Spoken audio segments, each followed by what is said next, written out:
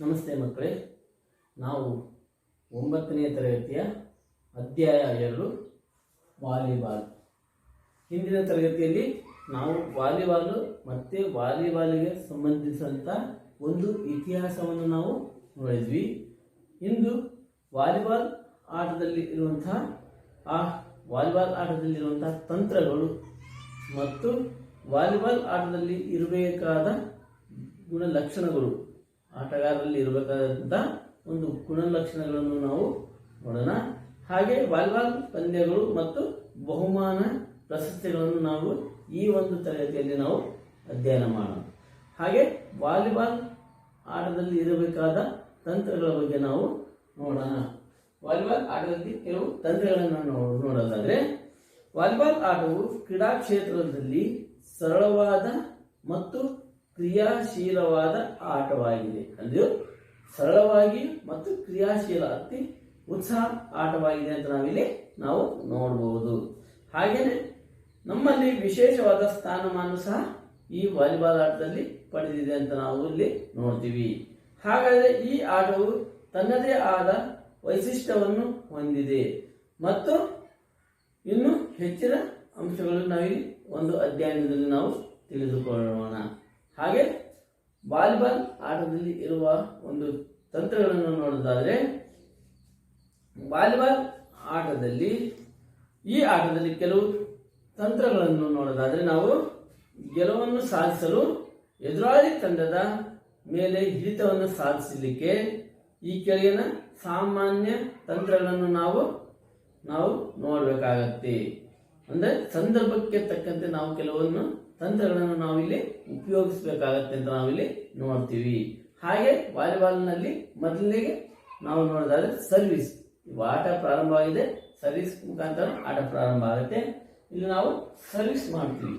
ಇಲ್ಲಿ ಒಂದು ಕಡೆ 6 ಜನ ಆಟಗಾರರು, ಎದುರಾಳಿ ತಂಡದಲ್ಲಿ 6 ಆಟಗಾರರು ಇರ್ತಾರೆ. ಮೊದಲೇ ಆಟಗಾರ ಸರ್ವಿಸ್ ಅನ್ನ ಮಾಡುತ್ತಾರೆ. ಅವನಲ್ಲಿ ಕೆಲವು ತಂತ್ರಗಳನ್ನು ನಾವಿಲ್ಲಿ ನೋಡಬೇಕಾಗತ್ತೆ. ಈ ತಂತ್ರಗಳನ್ನು ಏನಂದ್ರೆ, ಸರ್ವಿಸ್ ಮಾಡುವ ಎದುರಾಳಿ ಸಾಮರ್ಥ್ಯ ಮತ್ತು ದುರ್ಬಲತೆಯನ್ನು ನಾವು ಮನದಲ್ಲಿಟ್ಕೊಂಡು ತನ್ನ ತಂಡದ ಮೇಲೆ ಹಿಡಿತ ಸಾಧಿಸಲು ಅವನೇನ್ ಮಾಡ್ತಾನೆ, ತಂತ್ರಗಳನ್ನು ರಚಿಸಬೇಕಾಗುತ್ತೆ. ಈ ಸರ್ವಿಸ್ ಮಾಡುವವನು ಎದುರಾಳಿ ತಂಡದ ಸಾಮರ್ಥ್ಯ ಮತ್ತು ದುರ್ಬಲತೆಯನ್ನು ನಾವು ತನ್ನ ಮನದಲ್ಲಿಟ್ಕೊಂಡು ಅವನು ಸರ್ವಿಸ್ ಅನ್ನ ಮಾಡಬೇಕಾಗತ್ತೆ. ಹಾಗೆ ಸರ್ವಿಸ್ ಅನ್ನು ರಭಸವಾಗಿ ಮತ್ತು ದುರ್ಬಲ ರಕ್ಷಣಾ ಸಾಮರ್ಥ್ಯವನ್ನು ಹೊಂದಿರುವ ಪ್ರಥಮ ಪಾಸ್ ಅನ್ನು ಸರಿಯಾಗಿ ನೀಡಲು ಸಾಮರ್ಥ್ಯ ಇಲ್ಲದೆ ಇರುವಂತ ಒಬ್ಬ ಆಟಗಾರನ್ನು ಗುರುತಿಸಿ ಅಂತ ಆಟಗಾರರಲ್ಲಿ ನಾವು ಏನು ಮಾಡಬೇಕಾಗುತ್ತೆ, ಸರ್ವಿಸ್ ಅನ್ನ ಕೊಡಬೇಕಾಗತ್ತೆ ಅಥವಾ ಸರ್ವಿಸ್ ಮಾಡಬೇಕಾಗತ್ತೆ.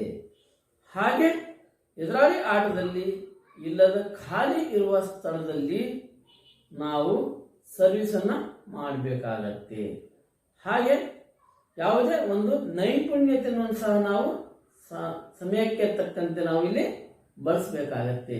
ಇಲ್ಲಿ ಏನ್ ಮಾಡ್ಬೇಕಾಗತ್ತಂದ್ರೆ, ಎದುರಾಳಿ ತಂಡದ ಆಟಗಾರರು ಅವರು ಸಾಮರ್ಥ್ಯವನ್ನ ಗುರುತಿನಲ್ಲಿ ಇಟ್ಕೊಂಡು ಅಥವಾ ಮನಸ್ಸಿನಲ್ಲಿ ಇಟ್ಕೊಂಡು ನಾವು ಸರ್ವಿಸ್ ಅನ್ನ ಮಾಡಬೇಕಾಗತ್ತೆ. ಆ ಸರ್ವಿಸ್ ಮಾಡುವ ಸಂದರ್ಭದಲ್ಲಿ ಆ ಆಟಗಾರರಲ್ಲಿ ಯಾರು ದುರ್ಬಲರು ಅಂತ ನಾವು ಮನದಲ್ಲಿ ಇಟ್ಕೊಂಡು ಅವರಿಗೆ ಹೋಗುವ ರೀತಿಯಲ್ಲಿ ನಾವು ಸರ್ವಿಸ್ ಅನ್ನ ಮಾಡಬೇಕಾಗತ್ತೆ. ಹಾಗೇನೆ ಯಾವುದೇ ಒಂದು ತಂಡದಲ್ಲಿ ಜಾಗದಲ್ಲಿ ಖಾಲಿ ಇರುತ್ತೋ ಅಂತ ಒಂದು ಸ್ಥಳವನ್ನು ನಾವು ಗುರುತಿಟ್ಕೊಂಡು ನಾವು ಸರ್ವಿಸ್ ಅನ್ನ ಮಾಡಬೇಕಾಗತ್ತೆ. ಹಾಗೇನೆ ಸರ್ವಿಸ್ ಅನ್ನ ಮಾಡುವಾಗ ಬಾಲನ್ನ ಸೆಟ್ ಮಾಡುವುದು ಅಂದ್ರೆ ಯಾವ ಸಂದರ್ಭದಲ್ಲಿ ನಾವು ಬಾಲನ್ನ ಯಾವ ರೀತಿಯಾಗಿ ನಾವು ಬಾಲಿಗೆ ಹೋಗುತ್ತೋ ಅನ್ನೋ ಒಂದು ಮನದಲ್ಲಿ ಇಟ್ಕೊಂಡು ಅದನ್ನ ಸೆಟ್ ಮಾಡೋದಂತ ನಾವಿಲ್ಲಿ ಕರಿತೀವಿ. ಪಾಸ್ ಅಥವಾ ಎತ್ತುವ ಪೂರ್ವದಲ್ಲಿ ಮುಂದಿನ ವಲಯದಲ್ಲಿರುವ ಹೊಡೆತಗಾರನ ಸ್ಥಿತಿ ಸಾಮರ್ಥ್ಯವನ್ನು, ಎದುರಾಳಿ ತಂಡದ ಬ್ಲಾಕರ್ಗಳು ಸ್ಥಿತಿ ಸಾಮರ್ಥ್ಯವನ್ನು ಮತ್ತು ಬ್ಲಾಕರ್ ರಹಿತ ವಲಯವನ್ನು ಗುರುತಿಸಿ ಮುಂದೆ ಹಿಂದೆ ಮೀಡಿಯಂ ಮತ್ತು ಎತ್ತರ ಶಾರ್ಟ್ ಅಥವಾ ಪಾಸ್ಗಳನ್ನು ನೀಡಬೇಕಾಗತ್ತೆ. ಇಲ್ಲಿ ಬಾಲನ್ನು ಸೆಟ್ ಮಾಡುವಾಗ ಅಂದರೆ ಅವನು ಬಾಲನ್ನು ಯಾವ ಥರ ಸೆಟ್ ಮಾಡುವಾಗ ಅವನು ಮುಂದೆ ಎಲ್ಲೇ ಇದ್ದಾರೆ, ಅಲ್ಲೇ ಹಿಂದೆ ಯಾರು ಇದ್ದಾರೆ, ಅವರ ಸಾಮರ್ಥ್ಯವನ್ನು ನೋಡಿಕೊಂಡು ಬಾಲನ್ನು ನಾವು ಪಾಸ್ ಮಾಡಬೇಕಾಗತ್ತೆ. ಅವನು ಆ ಒಂದು ಸಾಮರ್ಥ್ಯವನ್ನು ನೋಡಿಕೊಂಡು ಅವನನ್ನು ಸೆಟ್ ಮಾಡಿ ಬಾಲನ್ನು ನಾವು ಕೊಡಬೇಕಾಗತ್ತೆ ಅಂತ ನಾವಿಲ್ಲಿ ನೋಡ್ತೀವಿ. ಹಾಗೆ ಸಂದರ್ಭಾನುಸಾರ ಪಾಸ್ ಅನ್ನು ಗುರುತಿಸಿ ಹೆಚ್ಚು ಕಡಿಮೆ ಮಾಡುತ್ತಾ ಎದುರಾಳಿ ಅಂಕಣದಲ್ಲಿ ಖಾಲಿ ಇರುವ ಸ್ಥಳವಿದ್ದರೆ ನಿಖರತೆಯನ್ನು ಚೆಂಡನ್ನು ಆ ಸ್ಥಳಕ್ಕೆ ಹಾಕಬೇಕು. ಯಾಕಂದ್ರೆ ಆ ಪಾಸ್ ಮಾಡೋ ಸಂದರ್ಭದಲ್ಲಿ ಯಾವ ಜಾಗದಲ್ಲಿ ಖಾಲಿ ಇದೆ ಅಂತ ನೋಡಿಕೊಂಡು ನಾವು ಅದನ್ನ ಕನ್ಫರ್ಮ್ ಮಾಡ್ಕೊಂಡು ನಿಖರತೆಯನ್ನು ಮಾಡ್ಕೊಂಡು ಆ ಒಂದು ಸ್ಥಳದಲ್ಲಿ ನಾವು ಗುರುತಿಸಿ ಬಾಲನ್ನ ನಾವು ಪಾಸ್ ಮಾಡಬೇಕು ಅಥವಾ ಹಾಕಬೇಕಂತ ನಾವಿಲ್ಲಿ ನೋಡ್ತೀವಿ. ಹಾಗೆ ಎತ್ತುಗಾರ ಅಥವಾ ಲಿಫ್ಟರ್ ಅಂತ ನಾವಿಲ್ಲಿ ಕರಿತೀವಿ. ಮುಂದಿನ ವಲಯದಲ್ಲಿ ಆಟಗಾರನಾಗಿದ್ದರೆ ಪ್ರಥಮ ಪಾಸನ್ನು ನೆಟ್ಟಿನ ಮೇಲ್ಭಾಗದಲ್ಲಿ ಬರುವಂತೆ ಪಡೆದು ಬ್ಲಾಕನ್ನು ಜಿಗಿಯುವ ಮೊದಲೇ ಎಡ ಅಥವಾ ಬಲಗೈಯನ್ನು ಬಳಸಿ ರಭಸದಿಂದ ವಿರುದ್ಧ ಅಂಕಣಕ್ಕೆ ಹೊಡೆಯಬೇಕು. ಅವರು ಬ್ಲಾಕರನ್ನು ಅವನು ಯಾವ ಸ್ಟೇಜಲ್ಲಿ ಇರ್ತಾನೆ ನೋಡ್ಕೊಂಡು ಆ ಬಾಲ್ ಅವನು ಸೆಟ್ ಮಾಡಿಕೊಂಡು ಎದುರಾಳಿ ತಂಡದಲ್ಲಿ ಯಾವ ಜಾಗದಲ್ಲಿ ಖಾಲಿ ಇದೆಯೋ ಅಥವಾ ಯಾರು ದುರ್ಬಲರಿರ್ತಾರೋ ಅಂತ ಒಂದು ಜಾಗದಲ್ಲಿ ಬಾಲನ್ನ ರಭಸವಾಗಿ ಹೊಡೆಯಬೇಕಾಗುತ್ತೆ. ಹಾಗೆ ಮುಂದಿನ ವಲಯದಲ್ಲಿ ಆಟಗಾರನು ಅಂಕ ಗಳಿಸಲು ವಿಫಲನಾದರೆ ಹಿಂದಿನ ವಲಯದಲ್ಲಿ ಉತ್ತಮ ಹೊಡೆತಗಾರನು ಪಾಸ್ ನೀಡಬೇಕು. ಅಂದ್ರೆ ಮುಂದಿನ ಆಟಗಾರರಲ್ಲಿ ಅವನು ವಿಫಲನಾದರೆ ಅಂತ ಒಂದು ಹಿಂದಿನ ವಲಯದಲ್ಲಿರುವ ಆಟಗಾರನಿಗೆ ನಾವು ಬಾಲನ್ನ ಪಾಸ್ ಮಾಡಿ ಕೊಡಬೇಕಾಗತ್ತೆ. ಯಾಕಂದ್ರೆ ಅವನು ದುರ್ಬಲನಿರ್ತಾನೆ. ಅಂತ ಸಂದರ್ಭದಲ್ಲಿ ನಾವು ನಮ್ಮಲ್ಲಿ ಯಾರು ಸಾಮರ್ಥ್ಯ ಇರುತ್ತೋ ಅಂತವರಲ್ಲಿ ನಾವು ಬಾಲನ್ನ ಪಾಸ್ ಮಾಡಬೇಕಾಗತ್ತೆ ಅಂತ ನಾವಿಲ್ಲಿ ನೋಡ್ತೀವಿ. ಹಾಗೆ ಸ್ಮ್ಯಾಶ್ ಅಥವಾ ಅಟ್ಯಾಕ್ ಹಿಟ್ ಅಂತ ನಾವಿಲ್ಲಿ ಕರಿತೀವಿ. ಬಾಲನ್ನ ಸ್ಮ್ಯಾಶ್ ಅಥವಾ ಅಟ್ಯಾಕ್ ಹಿಟ್ ಅಂತ ಹೇಳಿ ಹೇಳ್ತೀವಿ. ಹಾಗೆ ಈ ಸ್ಮ್ಯಾಶ್ ಅಥವಾ ಅಟ್ಯಾಕ್ ಹಿಟ್ ನಲ್ಲಿ ಮಾಡುವಾಗ ಎದುರಾಳಿ ತಂಡದ ಆಟಗಾರ ಸ್ಥಿತಿಗತಿಯನ್ನು ಗಮನದಲ್ಲಿ ಇಟ್ಟುಕೊಂಡು ಅಥವಾ ಮಂದಲ್ಲಿಟ್ಟುಕೊಂಡು ಕಡಿಮೆ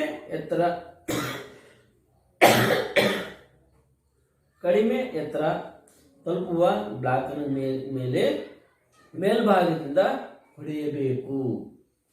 ಹಾಗೂ ಎದುರಾಳಿ ತಂಡದ ದುರ್ಬಲವನ್ನು ಅಥವಾ ಖಾಲಿ ಸ್ಥಳವನ್ನು ಗುರುತಿಸಿ ಹೊಡೆಯಬೇಕು.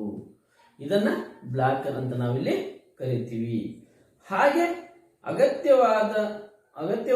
ಅಗತ್ಯವಾನುಸಾರ ಹೊಡೆತದ ರಭಸವನ್ನು ಹೆಚ್ಚು ಕಡಿಮೆ ಮಾಡಬೇಕಾಗತ್ತೆ.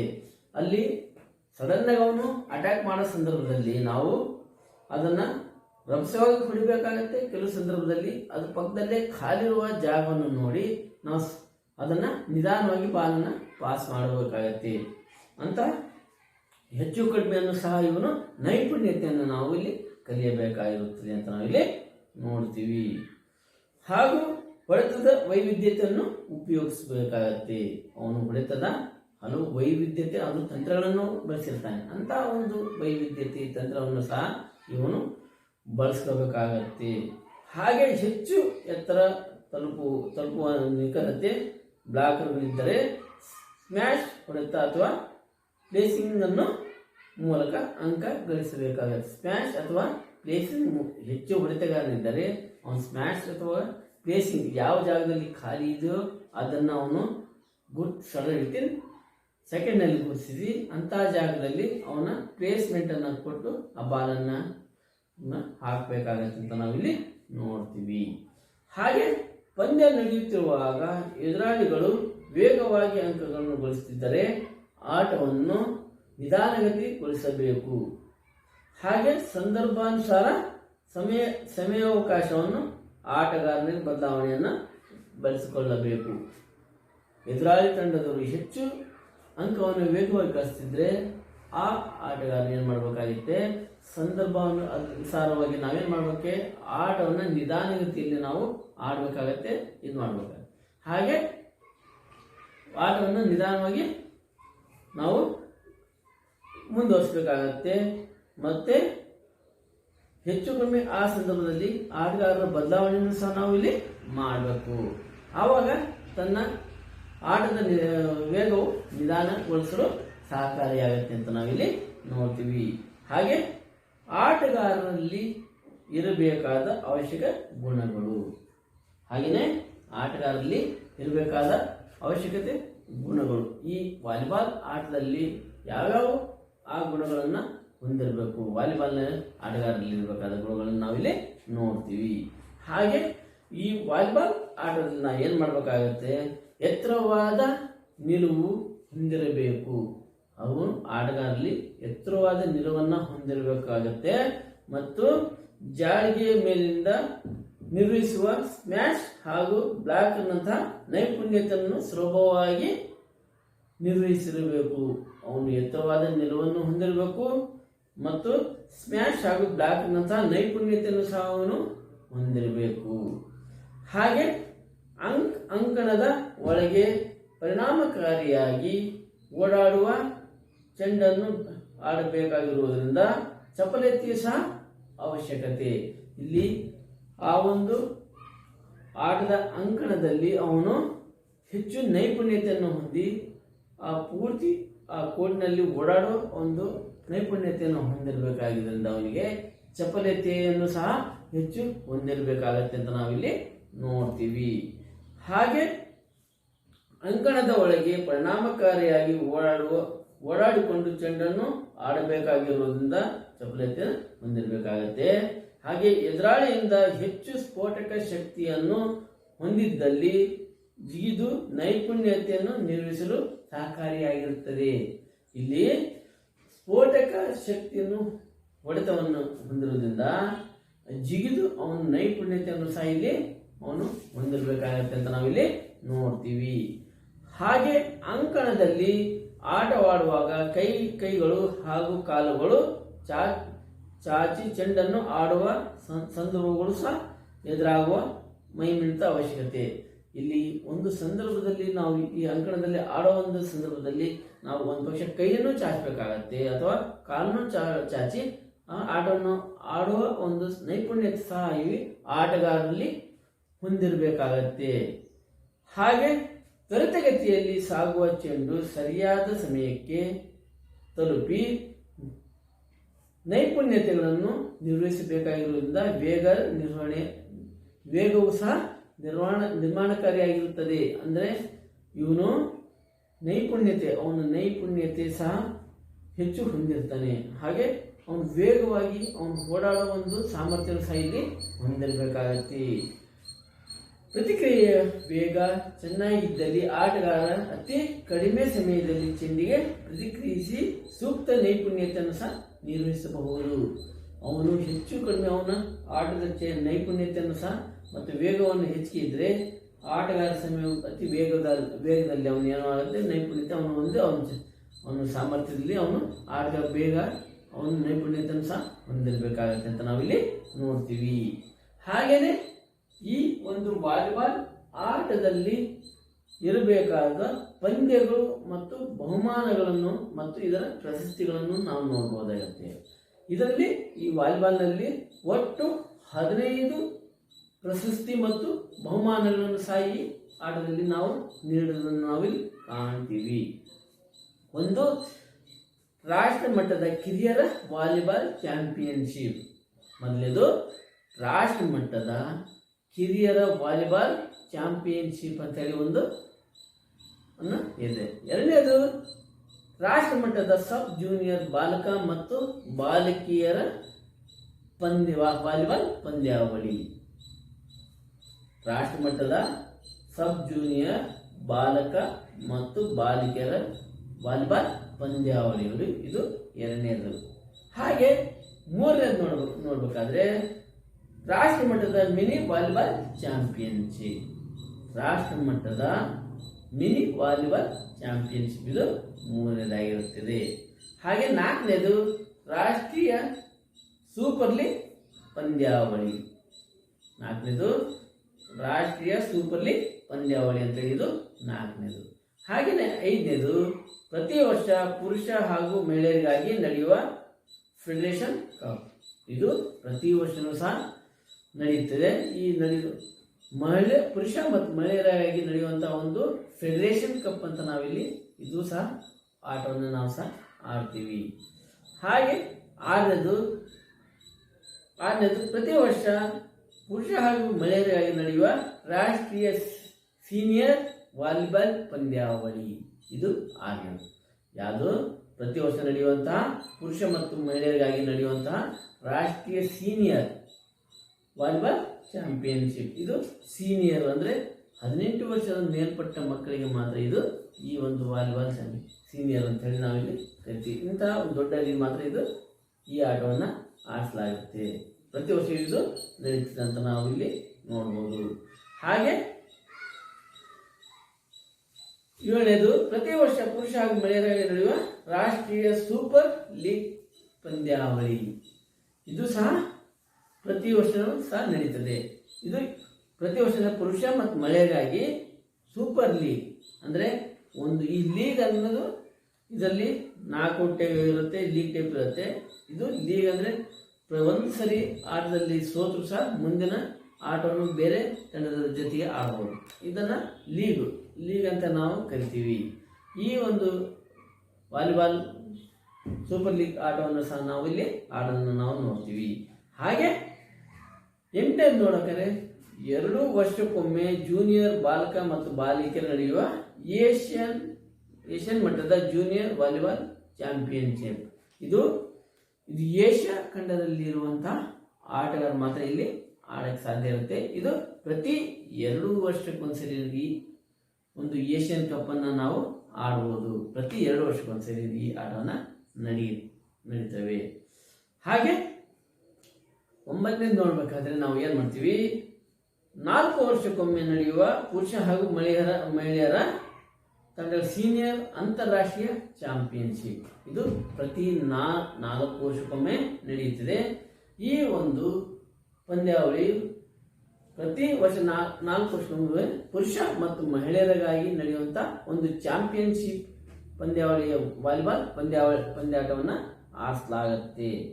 ಹಾಗೆ 2 ವರ್ಷಕ್ಕೊಮ್ಮೆ ನಡೆಯುವ 19 ವರ್ಷದ ವಯೋಮಿತಿಯ ಪುರುಷ ಹಾಗೂ ಮಹಿಳೆಯರಿಗಾಗಿ ಅಂತಾರಾಷ್ಟ್ರೀಯ ಯೂತ್ ಚಾಂಪಿಯನ್ಶಿಪ್. ಇದು 19 ವರ್ಷದ ಒಳಗಿನ ಮಕ್ಕಳಿಗೆ ನಡೆಯುವಂತಹ ಒಂದು ಯೂತ್ ಚಾಂಪಿಯನ್ಶಿಪ್ ವಾಲಿಬಾಲ್ ಪಂದ್ಯಾವಳಿಯನ್ನು ಸಹ ನಡೀತದೆ. ಇದು ಪ್ರತಿ 2 ವರ್ಷಕ್ಕೊಮ್ಮೆ ನಡೆಯುವಂತಹ ಒಂದು ಆಟವಾಗಿರುತ್ತದೆ ಅಂತ ನಾವಿಲ್ಲಿ ನೋಡ್ತೀವಿ. ಹಾಗೆಯೇ 4 ವರ್ಷಕ್ಕೊಮ್ಮೆ ನಡೆಯುವ ಪುರುಷ ಹಾಗೂ ಮಹಿಳೆಯರ ತಂಡಗಳ ವಾಲಿಬಾಲ್ ವಿಶ್ವಕಪ್ ಪಂದ್ಯಾವಳಿ. ಇದು ಪ್ರತಿ ವರ್ಷದಲ್ಲಿ ಪ್ರಪಂಚದ ಎಲ್ಲ ರಾಷ್ಟ್ರಗಳು ಸೇರಿಕೊಂಡು ಈ ಒಂದು ವಿಶ್ವಕಪ್ನಲ್ಲಿ ನಾವು ಆಡಲಿಕ್ಕೆ ಅರ್ಹತೆಯನ್ನು ಪಡೆದಿದೆ. ಇದು ಪ್ರತಿ 4 ವರ್ಷಕ್ಕೊಮ್ಮೆ ಈ ಪಂದ್ಯಾಟವನ್ನು ಸಹ ಆಯೋಜನೆಯನ್ನು ಮಾಡಿರ್ತಾರೆ.